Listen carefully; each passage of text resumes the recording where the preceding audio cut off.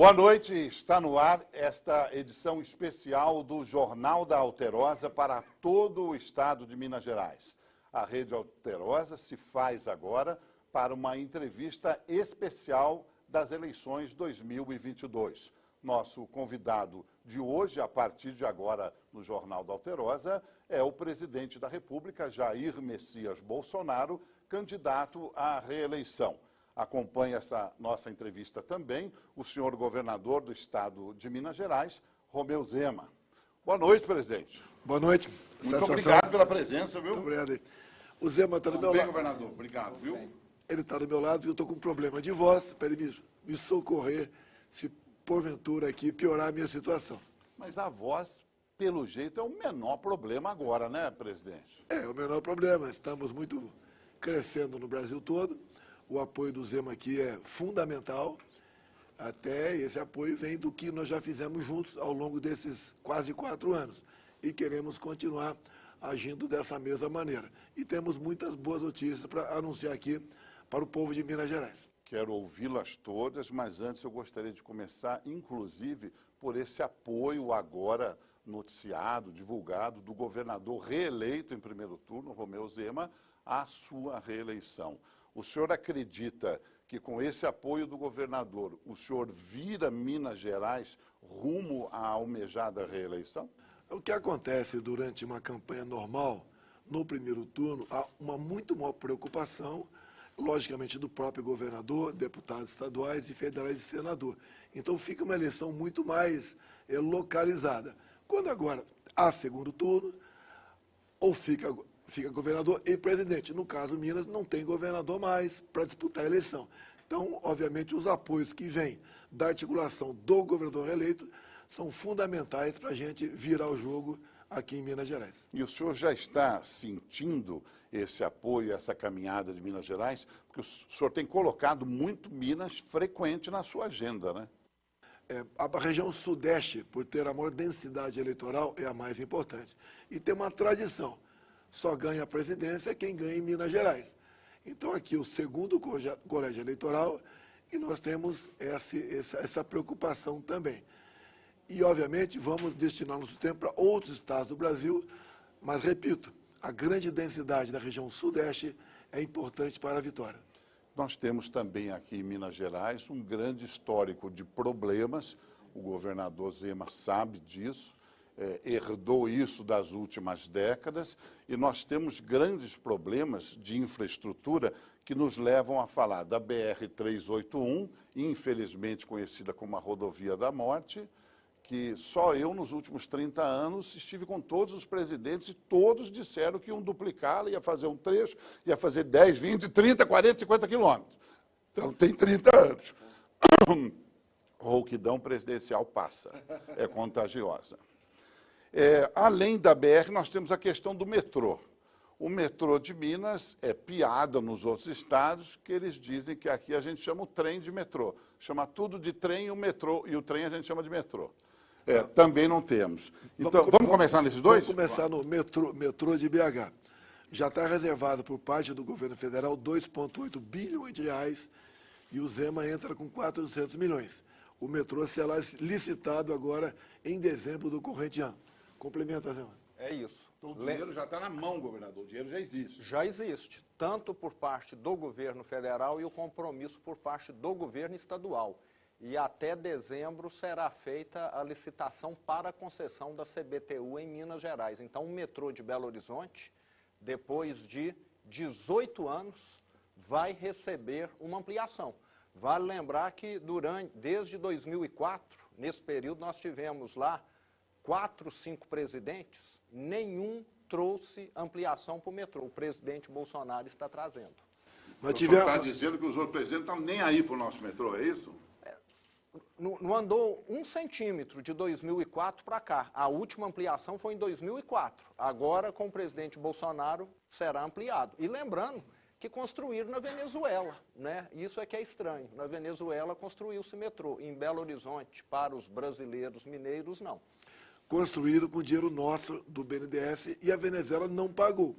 Ou seja, de graça foi feito um metrô de primeiro mundo, lá em Caracas, capital da Venezuela. Governos Lula e Dilma.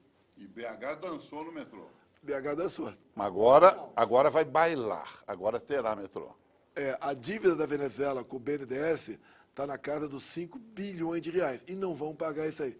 E olha que nós juntos aqui estamos com 3,2 bilhões. Na Venezuela se gastou muito mais com o metrô. E a Estrada da Morte, presidente? Vai ser licitada, está pronto, vai ser licitada no corrente ano. É uma estrada que tem seus problemas. Quando você fala Estrada da Morte, é a dificuldade de empresas assumirem essa obra, tendo em vista se terá ou não algum retorno na cobrança de pedágio, que existe. Tá? Então, acredito não, agora está certo, a licitação ocorrerá no corrente ano. Inclusive, o ministro esteve aqui há 2 dias, né? Eu posso te dar detalhes, porque em fevereiro desse ano, ou em janeiro, na data em que seria feita o leilão, que deu vazio, foi exatamente no começo da guerra da Ucrânia. Então, naquele momento ali, os investidores que estavam analisando, o ex-ministro Tarcísio me posicionou, ficaram receiosos, ninguém sabia o que ia virar a guerra da Ucrânia. Mas, durante o governo Bolsonaro, nós temos de lembrar, Carlinhos, que foram duplicados 60 quilômetros da rodovia da morte nossa, da 381. Nos 15 anos anteriores, não teve nenhuma duplicação.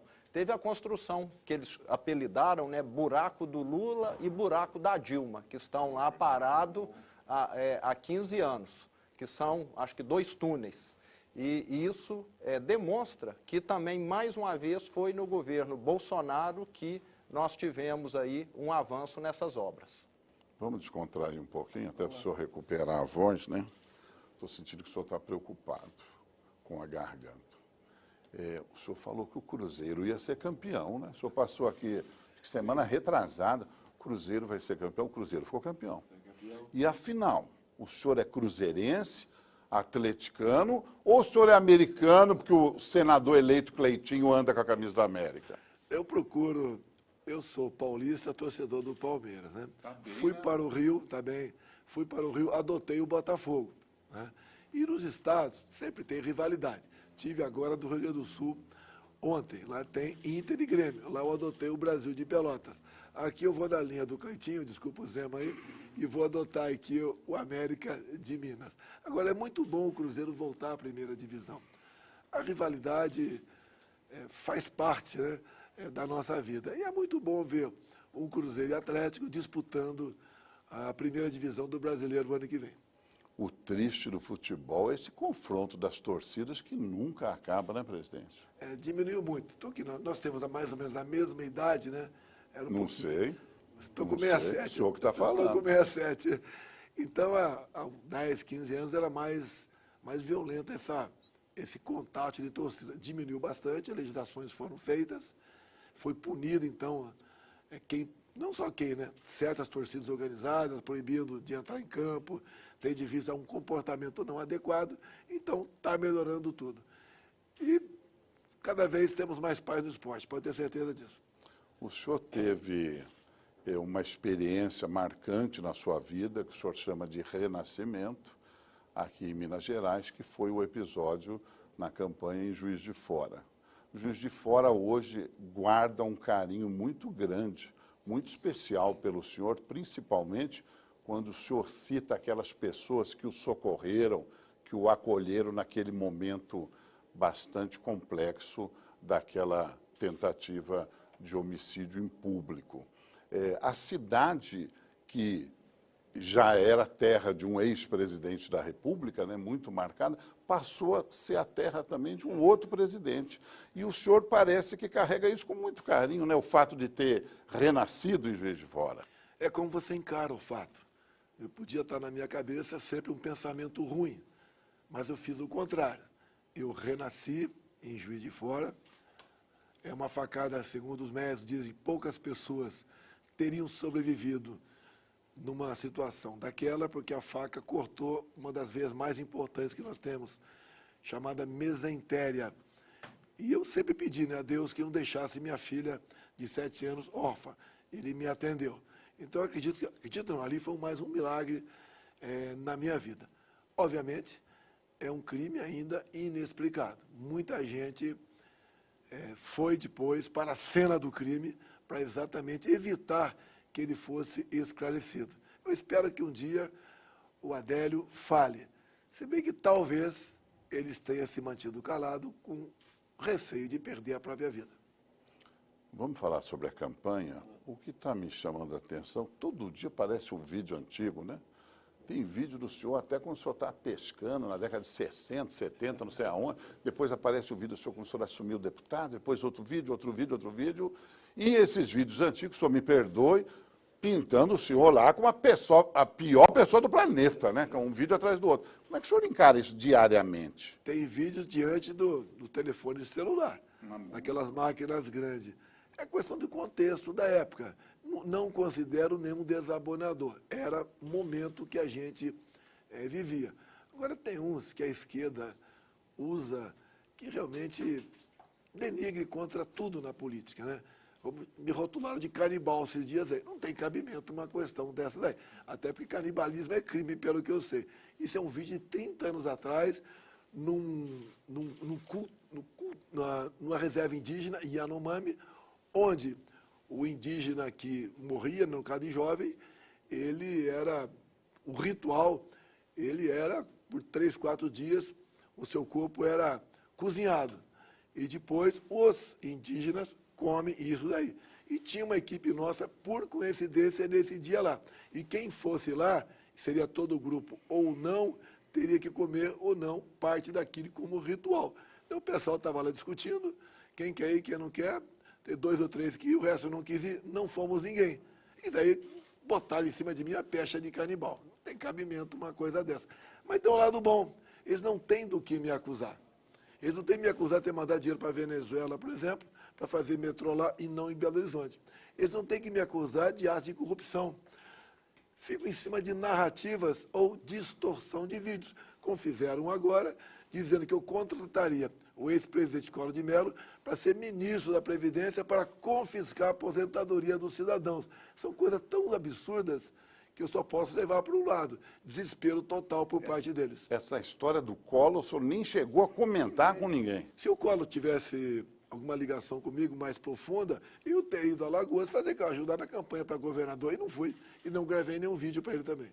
Nada contra o Collor, ele cuida da tua vida no Senado, me visita algumas vezes, temos algum contato, que tenho que ter com todos os senadores, e cada um leva a sua vida. Ministro, falou em ministro, Minas sofre. Há décadas, a representatividade do Estado, que sempre é jogada, é aqui que decide, é o maior colégio eleitoral, Minas é importante. Aí aparece um ministro mineiro, às vezes 2. O seu governo mesmo, nós tivemos um ministro mineiro, o ministro Álvaro, né? O ministro Álvaro Antônio foi ministro. O senhor sendo reeleito, o senhor prevê ou pensa ou estuda em ter mais mineiros? Está no radar a recriação do Ministério da Indústria, Comércio e Serviço. E a ideia nasceu aqui na FIENG, em Minas Gerais.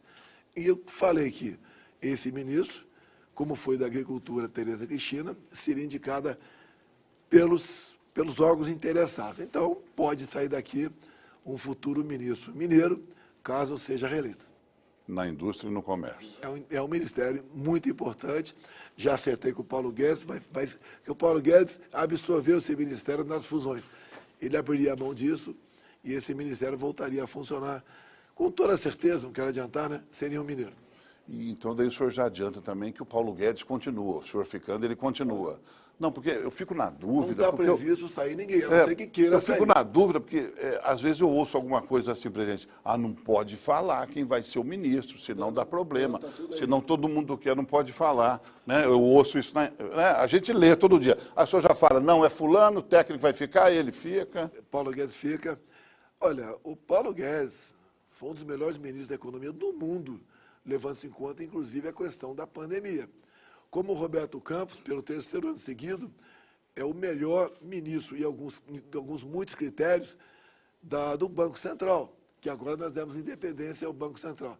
Então, Paulo Guedes é uma pessoa que é o nosso Pelé, vamos assim dizer, na economia. Então, por mim, ele continua. Eu não sei pela idade se ele quer continuar, ele ou outro qualquer querem continuar. Não. No momento, nenhum ministro falou que quer deixar o governo uma possível reeleição minha. Terceiro mês seguido de deflação. Isso é muito Meu bom. cabelo está branco, eu ainda não tinha visto. Não, o governador acho que pinta, né? Porque o governador é bem jovem, não, o cabelo do senhor não é branco assim, né? O meu é bem branco. É branco também? Você pode falar a idade, Zé Mãe? Vou fazer 58, dia 28 Não, agora. não está tão novo assim também. Dia não. do funcionário público, eu faço 58 anos. E o senhor já tinha visto 3 meses de deflação? Não. E queda no preço do combustível? Eu, desde sempre, nunca vi também. A questão do combustível não foi canetada como se fazia no passado. Foi acordo, nós com o parlamento, e foi votado, então, uma proposta de emenda à Constituição, botando um teto no ICMS, 17%, que é o imposto estadual, e nós zeramos os impostos federais. Isso fez a gasolina ir para baixo. E arrastou o etanol, porque o etanol perderia competitividade. Se bem que nós aprovamos também a venda direta do etanol. Até há pouco tempo, o usineiro era obrigado a vender para uma distribuidora que depois iria para o posto. Agora ele vende diretamente. Quem podia esperar? Gasolina, na maioria dos estados brasileiros, abaixo de R$5. Eu vi etanol em São Paulo, perto das usinas, né, onde tem o posto, sendo vendido a R$ 2,50. Isso, obviamente, puxa o preço dos alimentos para baixo. Nós zeramos também os impostos federais, já tem algum tempo, da cesta básica. E você vê, óleo de soja estava há pouco tempo R$13, passou para 8. Saco de arroz de 5 quilos chegou a 40, está a 18. Mas isso foi um fenômeno no mundo todo, a inflação, em função da pandemia, tá? E em função também de uma guerra lá fora. Graças a Deus foi feito essa diminuição de combustível no Brasil, nos ajudou bastante. Agora quero deixar bem claro, todos os senadores do PT votaram contra a redução da gasolina no Senado. Ou seja, não tem compromisso nenhum com o social e com o povo. Ele quer que o povo sofra para ele poder criticar o presidente ou o governador ou o prefeito daquele momento, para eles assumirem o poder como os salvadores da pátria. Agora, na questão do combustível, só me permita, o Golfo lá, eles estão querendo ganhar dinheiro. Então, de uma hora para outra, eles vão começar a subir o preço do barril de novo. Óbvio que gera reflexo no mundo inteiro, e aqui também. O senhor acredita que pode ter um aumento em função desse aumento no preço do barril, se os árabes subirem com o preço? Olha, tem oscilado para baixo o preço do barril. Eu acho que está abaixo de R$100 no momento, $100 no momento o barril. Mas o grande problema nosso, tá, não é lá fora, é que em 2004 começou-se a fazer 3 refinarias do Brasil, 2 do Nordeste e uma do Sudeste. Sumiram com mais ou menos R$90 bilhões e não fizeram nenhuma refinaria. Então, o Brasil é autossuficiente em petróleo, não é em refino. Somos obrigados a importar parte do diesel e da gasolina que nós consumimos. Se essas refinarias tivessem sido concluídas, nós seríamos autossuficientes também em refino. E estaríamos, nesse momento, exportando diesel e gasolina e não importando. Essa é mais uma marca do desgoverno do PT, que ocupou aqui a presidência e também em Minas, né, por muito tempo, caso do governo federal, 14 anos, e levaram o país a essa dependência. Temos tido contato, pretendemos sim, junto à energia privada, fazer refinarias. Mas isso leva aproximadamente 5 anos para fazer uma refinaria. Mas o Ministério da Minas e Energia já está com isso no radar há algum tempo. O senhor garantiu fertilizante para o Brasil, foi o único país do mundo que conseguiu tirar de lá os fertilizantes. O senhor garantiu a safra desse ano e o plantio da safra do ano que vem. Aí agora o senhor consegue navio de óleo, né? 2 já chegaram. Tem mais para chegar? Tem mais para chegar. Tem mais navios de óleo para chegar no Brasil? Quem importa são os importadores, não é Petrobras. Mas nós pavimentamos o caminho para comprar o diesel. Mas ele só está mandando para cá, só. Sim, só para cá. E como é que é? O senhor virou amigão dele? Como é que é isso? Olha só, sempre tivemos um respeito, desde há muito. Tá? E nós estamos sabendo que uma guerra podia eclodir lá com a Ucrânia. E somos dependentes de fertilizantes. E eu resolvi viajar, mesmo quase toda a imprensa batendo em mim, com algumas exceções. Nós resolvemos viajar para a Rússia para conversar com ele, para que esse fluxo de fertilizantes fosse mantido. Ficamos 3 horas conversando, uma das coisas foi o fertilizante. Nós já temos fertilizante aqui para até o ano que vem. também a questão do diesel, conversamos também sobre esse assunto. Então, nós estamos com o comércio aberto com a Rússia. Outros países foram para o boicote, para sanções econômicas. A Europa está sofrendo muito com isso. No mês passado, a ONU mandou um representante para a Rússia para negociar fertilizantes, 7 meses depois de nós. E a Europa é dependente de muita coisa da Rússia e da própria Ucrânia, como, por exemplo, alimento. Alimento no Brasil baixaram de preço bastante, já está próximo aos preços pré-pandemia, diferentemente na Europa, que tomou outra posição em relação à Rússia. Então, nós temos que ter uma relação comercial com esses países que são vitais para nós, porque eu digo para você, se nós não tivéssemos feito isso, hoje o nosso agronegócio estaria produzindo talvez metade do que produz. Isso ameaçaria a nossa segurança alimentar aqui, bem como de 1 bilhão de pessoas ao redor do mundo que se alimentam daquilo que é produzido no Brasil. É uma demonstração da nossa política externa, da excelente política externa que o Brasil tem com quase todo mundo. E gerando esse tanto de alimento para o mundo inteiro sem aumentar 1 metro de área de plantio, né? Porque se aumentar... Nós temos uma produtividade excelente no Brasil. Poderia até falar mais. Já prevemos, no máximo em 3 anos, sermos também autossuficientes em trigo, inclusive plantando trigo em área mais quente, como Roraima. Ou seja, o Brasil é um sucesso no mundo todo, também por isso, pela garantia que nós damos de respeitar contratos para o mundo todo, eles estão interessados cada vez mais em fazer negócio conosco. Afinal de contas, se não fizer com o Brasil, vai fazer com quem? Não é qualquer país do mundo que é essa potência em produção de alimentos. E Roraima nunca precisou de tanta comida lá, porque a população praticamente dobrou, né? Tem muito mais gente comendo lá dos últimos 3 anos para cá, né? É um estado que realmente jovem, né? Mas que tem um potencial muito grande. Nós pretendemos, ao aprovarmos um projeto que permite ao indígena, se ele assim o desejar, ele fazer com a tua terra o que um fazendeiro faz do lado com a dele, Roraima também será um grande produtor de energia elétrica, que lá tem uma região chamada Vale do Rio Cotingo, de 12 quilômetros com 600 de queda, e um rio que tem água o ano todo, né? Chama-se rio perene, quer dizer, não é um rio que de vez em quando fica sem água. Isso vai gerar energia, poderá gerar energia para o norte do Nordeste e grande parte da região norte também. Além do potencial mineral. Eu costumo dizer que Roraima tem uma tabela periódica embaixo da terra. Roraima realmente é uma coisa inacreditável. Eu até disse certa vez, se eu fosse rei de Roraima, em 10 anos teria uma economia próxima do Japão. Nós vamos fazer um pequeno intervalo, presidente, se o senhor permite. O senhor quer ligar para a primeira-dama, se pode? Só para a gente tomar uma água, daqui a pouco a gente volta para despedir, tá bom? A gente volta já.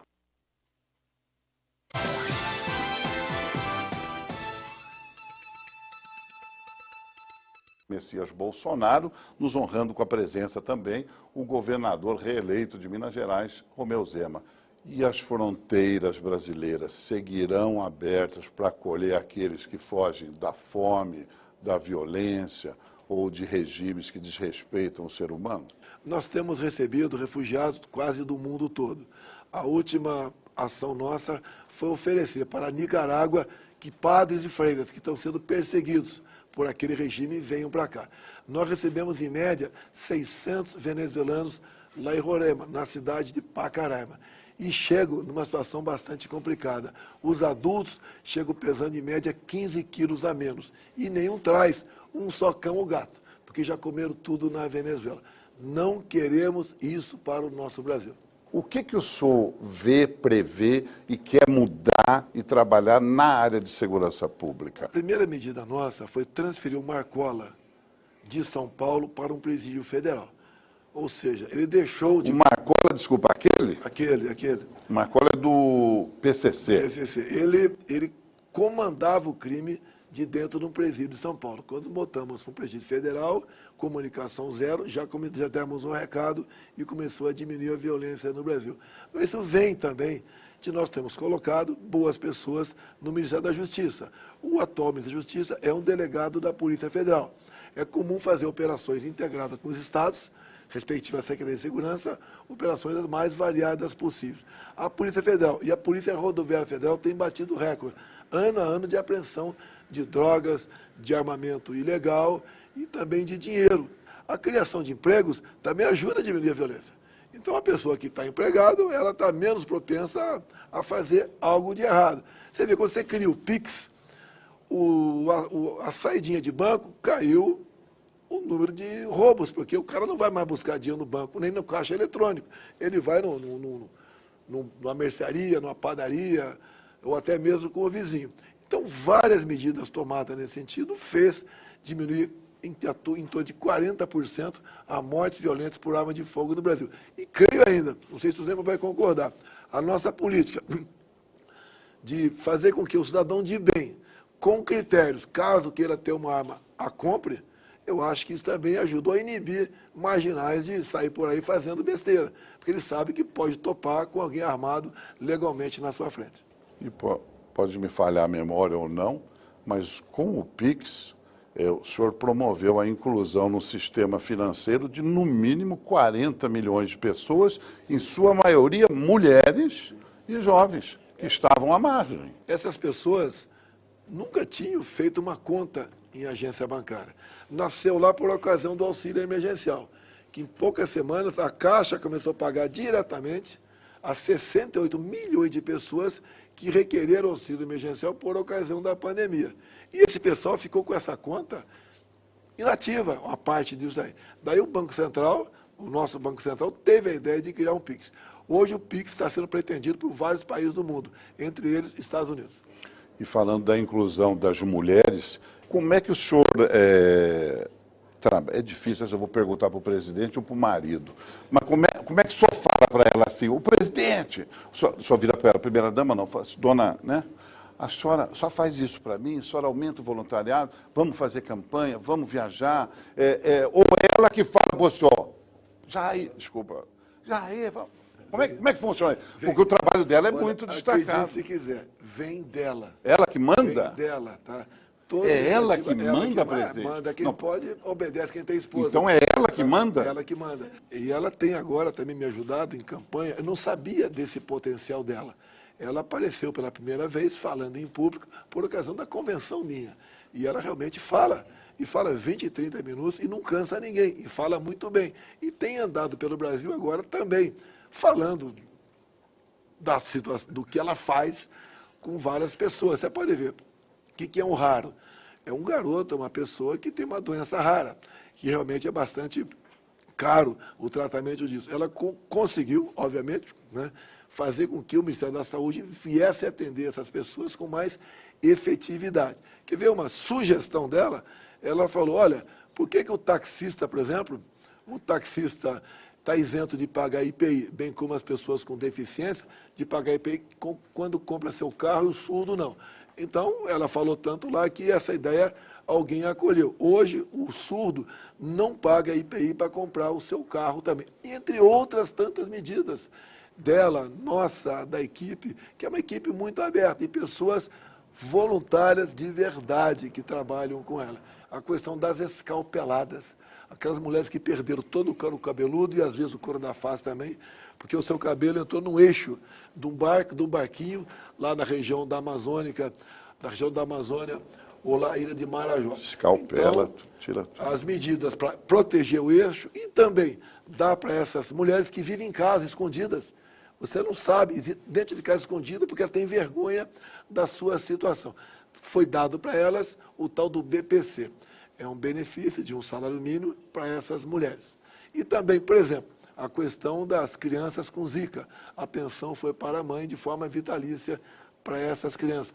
Também incluímos no seguro defeso, que é aquele período que o pescador não pode pescar, para o peixe poder se procriar, botamos no seguro defesa as mulheres, as marisqueiras, aquelas que pegam o caranguejo nos mangues. Também, uma das últimas ações, que tem participação dela, mas grande parte do parlamento brasileiro, nós mudamos a lei da laqueadura. A mulher agora não precisa ter 25 anos para fazer a laqueadura, pode ter 21. Ela pode fazer a laqueadura imediatamente após o parto. Até essa lei, tinha que esperar 6 meses. E uma coisa muito importante, Zé, a mulher tinha que ter autorização do marido para fazer. Então não tem mais essa conversa. O maridão não manda, não. Ele cuida, ele faz, ele não quer fazer a vasectomia e fica perturbando a mulher, negando a mulher fazer a laqueadura. Porque o homem pensa que vai ter algum problema fazendo a vasectomia, né? Não vai ter, porque eu já fiz. Pode ter certeza disso. Sem problema não, fique tranquilo. Então, e por que eu teria que ficar intranquilo, porque presidente? Porque sempre o homem leva para o lado que ele vai ter algum problema com a vasectomia. Não tem. Então, a laqueadura já é lei, é a participação de todos, em especial do Parlamento brasileiro, que beneficiou em muito as mulheres do Brasil. E também, quando se fala em mulher, o número de mortes de mulheres, chamada aí feminicídio, também diminuiu. Quando eu era candidato lá atrás, Ema, falaram que eu ia fazer maldade com a comunidade LGBT, ia fazer maldade, matar, etc. E nosso governo também, o número de mortes do pessoal desse grupo LGBT caiu bastante. Ou seja, um governo que faz para LGBT, faz para mulher, faz por todo mundo. É um governo que visa fazer bem ao próximo sem ver a quem. Da questão da valorização das mulheres professoras e dos professores também. O que o senhor trabalha nesse sentido na educação com vistas aos nossos mestres? Nós demos o maior reajuste para os professores do ensino fundamental do Brasil, 33%. Tá? Foi o nosso governo. E quando você fala de antigamente, né, eu era moleque, geralmente a maioria eram professoras. Tá? E em qualquer festa na cidade, um cara ia casar. As primeiras pessoas que entraram na lista de convidados eram as professoras. O senhor fez SPSEC, então? Fiz um ano de escola preparatória de cadeias. Escola preparatória de cadeias, um exame disputadíssimo para ingressar, né? Concurso, e passei em concurso de escola pública. Os 2 cursinhos, entre aspas, que eu fiz foi o Instituto Universal Brasileiro por Correspondência. Famoso. Fiz português e fiz eletricidade. E o FIES, aí, o senhor deu babão para a meninada aí com a história do FIES, né? Com essa renegociação. Tem mais de 1 milhão de jovens que têm uma dívida para eles impagável junto ao FIES. Então acertamos, o Congresso aperfeiçoou a nossa proposta e o jovem que deve pode procurar a Caixa Econômica ou o Banco do Brasil, até mesmo por aplicativo, e poderá ter uma anistia de até 99% da sua dívida e esse 1% pagar e até 150 prestações. Presidente, minha palavra inicial é de agradecimento. Eu sei da correria do senhor nessa agenda, nesses dias todos. Muito obrigado por essa deferência aos diários associados, ao Estado de Minas, à TV Alterosa, ao Portal UAI, de separar esse seu tempo e nos atender. Muito obrigado. E eu queria a mensagem final do senhor para a gente encerrar esta edição especial. Eu agradeço a todos os mineiros que votaram em mim por ocasião do primeiro turno. Agradeço o apoio do governador Romeu Zema, bem como de centenas de prefeitos. E nós precisamos de mais votos que venham do outro lado, ou que venham dos indecisos, daqueles que não foram votar. O futuro do Brasil passa pelo dia 30 de outubro. E nós sabemos que hoje em dia você pode fazer comparação comigo e o outro candidato, porque ele já foi presidente também por 8 anos. E creio que essa comparação fará você levar ao melhor nome. Alguns não votam em mim, dado o meu comportamento, que por vezes exagero, sou um pouco agressivo nas palavras. Isso vem da nossa indignação. Eu peço desculpas a essas pessoas. O que está em jogo aqui não é esses deslizes por parte de um presidente que falou um palavrão aqui e acolá, que a gente procura melhorar. Peço desculpa no tocante a isso aí. O que nós precisamos é de gente para bem administrar o nosso país. Temos um excelente convívio com o governador Zema, que já está reeleito, e continuarmos esse bom relacionamento para cada vez mais podermos fazer Minas Gerais ter realizado os projetos que interessam ao Estado. Interessando ao Estado, interessam ao nosso Brasil. Também todos sabem daquela preocupação nossa, que há uma diferença enorme com o outro candidato. Nós respeitamos a família. A família é sagrada. A família tem que ser preservada a qualquer custo. E assim sendo, nós somos contra a liberação de drogas, Nós somos contra aquela história da ideologia de gênero, que a tua filha de 6 anos de idade e no banheiro está um moleque de 8, 9, 10 anos ocupando o mesmo banheiro. E nós, com esse posicionamento, de ter a liberdade acima de tudo, vendo o que o Brasil fez ao longo desses 3 anos e meio, mesmo enfrentando uma pandemia e uma guerra lá fora, estamos muito bem em relação ao mundo todo, nos números da economia. E também atendemos aos mais necessitados, aos mais pobres. Tiramos esse cidadão daquela Bolsa Família, que começava com R$40 por mês, e colocamos todos ganhando no mínimo R$600 por mês. Isso é possível porque temos responsabilidade fiscal e é um governo que não rouba. Um governo que não rouba, sobra dinheiro para saúde, educação, segurança e projetos sociais, como o Auxílio Brasil de no mínimo R$600. Nesse momento, muito obrigado a todos de Minas Gerais, em especial lá o povo de Juiz de Fora, a minha terra onde eu renasci. Se essa for a vontade de Deus e também a vontade da maioria da população daqui, nós seremos vitoriosos em Minas e governaremos o país por mais 4 anos ao lado do Romeu Zema. O senhor me concede um direito de resposta? O senhor me concede? O senhor irá aos debates? Tem vários debates programados agora. O senhor vai ou não vai? Iria a todos os debates. O senhor vai a todos? O próximo agora é domingo. O senhor irá a todos? A todos os debates, sim.